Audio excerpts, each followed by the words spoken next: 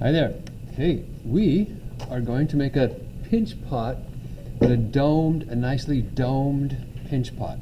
And we can use it for a couple reasons. We're going to do one of these dome sculptures where you can see that Patrick is built on top of a dome.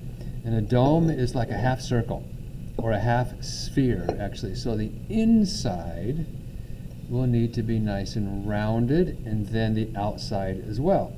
So there's Patrick. Here's a little character on a dome, on top of a dome. Here's a character. Here's that froggy frog on top of a dome, and we're going to try to really get that nice round feel.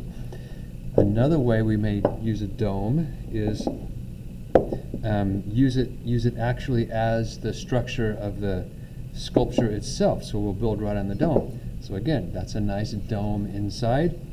The other one we might do is kind of a pencil holder, kind of a fun pencil holder. Again, it's just right on top of a dome. Okay, so that dome has to be made first. So let's put those off to the side. And my clay has already been wedged, and I pat it into a ball. Okay, and most of you have made, and it's very close to the size of a tennis ball. That's all the clay I had in my bag, luckily. Your ball, your sphere, your ball of clay can be a little bit bigger than a tennis ball. That's safe also, because it's always better to have a little too much. But I'm going to go for it anyway here. Again, you have your water, and what I'm planning on doing is making one of those little pencil holders, but making it kind of like a hedgehog, just a different sample of the same kind of assignment. So there'll be a little different at the end of this dome that I'll show you. All right, thumb inside. Make sure the thickness here might be about as thick as your finger. Okay, roughly. Okay, you can see how I'm just starting to rotate, and these fingers are pinching. Only your thumbs go on the inside. So it's kind of a gentle but firm pinch. A gentle but firm pinch, and you can see that it's starting to open up a little bit more. And keep rotating, and rotate in small increments. Okay, small increments. Never put your fingers inside. Never, never, never. Now, as soon as I can put both thumbs on the inside, I do that. It kind of goes twice as fast. And you really have to watch out the whole time for little tiny hairline cracks. If they happen, again, give it a little bit of pressure and a little bit of water right there. All right, here we go. So now we're pinching with both hands. And what I'm trying to do is work my way up to the rim. Okay, so as I'm pinching, I'm going up this way a little bit as I slowly rotate. This hand on the outside, now since we're going to really try to make a nice dome, is going to be curved like a dome. So you can really see how that's going to form. Okay. And we're going to try to get it down to the thickness, roughly, as maybe your finger. And it starts to get a little bit loose. So I have a little bit of a cracking issue right there. But it should be fine. And this clay is starting to get loose. So, but don't let it move around on you a lot. Anytime you have to maybe add a little water and clean up the rim, you have to kind of hold it in your entire hand like that, so it does not flop around on you. And this is normal for this to happen, so don't stress if it does. But you want to address it right away. Don't wait till later. Those cracks will just get worse. Now, I'm going to get a little piece of scrap paper, because sometimes it's better. This is just old paper towel. Any newspaper, doesn't matter. A small piece is all you need. Just a little tiny guy. And I'm going to put it on the table, because sometimes it's easier just to work this for a few minutes as it's spinning on that piece of paper. So I'm working my way up, pinching, and it almost all by itself turns into a bowl shape. But if it's not, you can push out just the tiniest little bit as you pinch. But mine is already kind of turning into that bowl shape. And that's what you want. Now, the inside, I would work it in just a moment, but what's happening on this side is it's getting flat right here because you had it on the table. So we don't want to leave it there forever or else it gets really flat. And I'm going to start to, again, use my fingers, my rounded fingers, to help make sure that dome shape remains.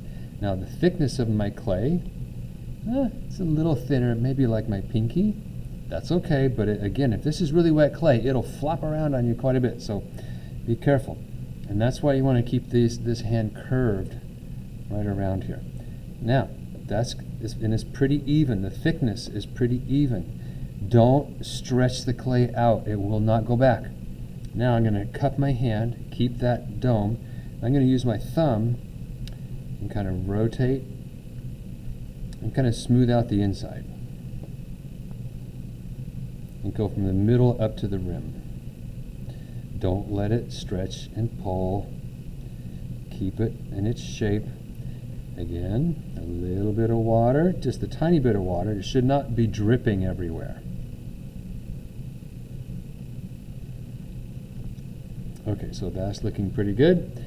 Now, remember, we always want to have a firm surface to hold your sculpture on. I always put a piece of paper down. Carefully do that. Now, I know. If your rim has wobbles in it, if it has just a little bump in one place, you can take a paper clip and kind of just trim that off while the clay is wet. Again, supporting it with your whole hand like this. If it's just a little bit wobbly, a good thing to do is to put it upside down and just kind of lift it up and go tap, tap, tap, just like this. Like, just carefully, and that'll kind of even out the rim. Okay, so I need to get it on my paper. Now, generally, that's our dome for our dome sculpture. And we can just wrap this up. I have a long weekend coming up right now. So I'm going to wrap it up inside this bread bag because this board fits. But I'm going to put it inside a second bag also. So it really doesn't have a chance to dry out much at all. And anytime you need to let it go more than overnight, you really need to do an extra bag. That helps. But I'm going to make a hedgehog. And I think that dome shape can be there, but I think he is a little bit kind of skinnier than a turtle. A turtle would be more round. So what I'm going to do, I'm going to just kind of push in on the sides, and push down on the front.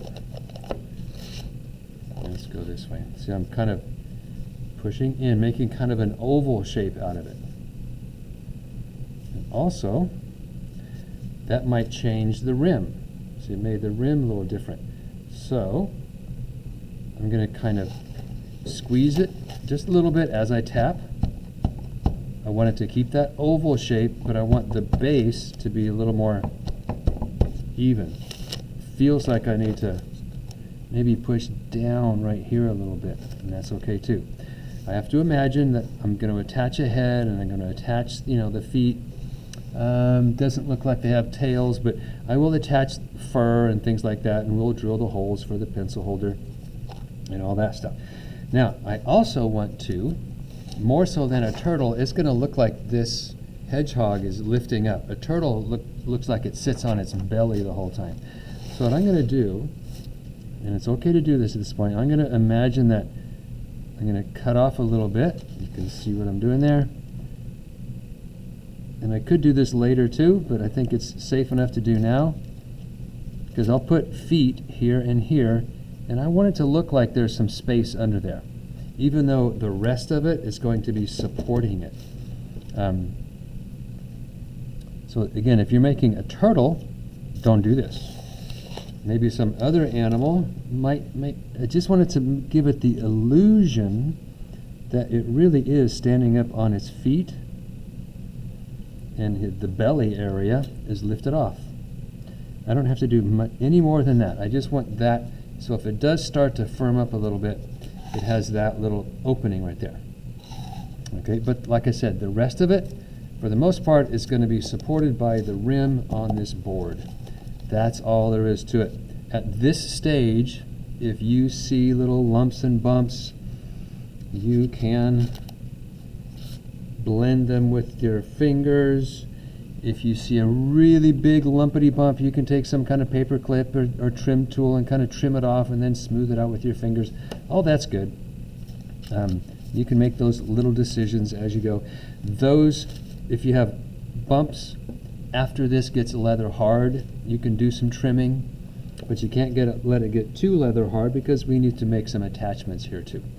All right, so over the weekend, again, I'm going to give it just the littlest bit of a bath. Just a little rub down, hardly any water. Then I'm going to put it in this bag. Again, don't tie any knots in your plastic. Just kind of put it in there and wrap it underneath without, putting pressure on the clay. I'm going to put that in one more bag and leave it over the weekend and come back next time. All right, there you go, making your dome sculpture. I'm sorry, your dome pinch pot.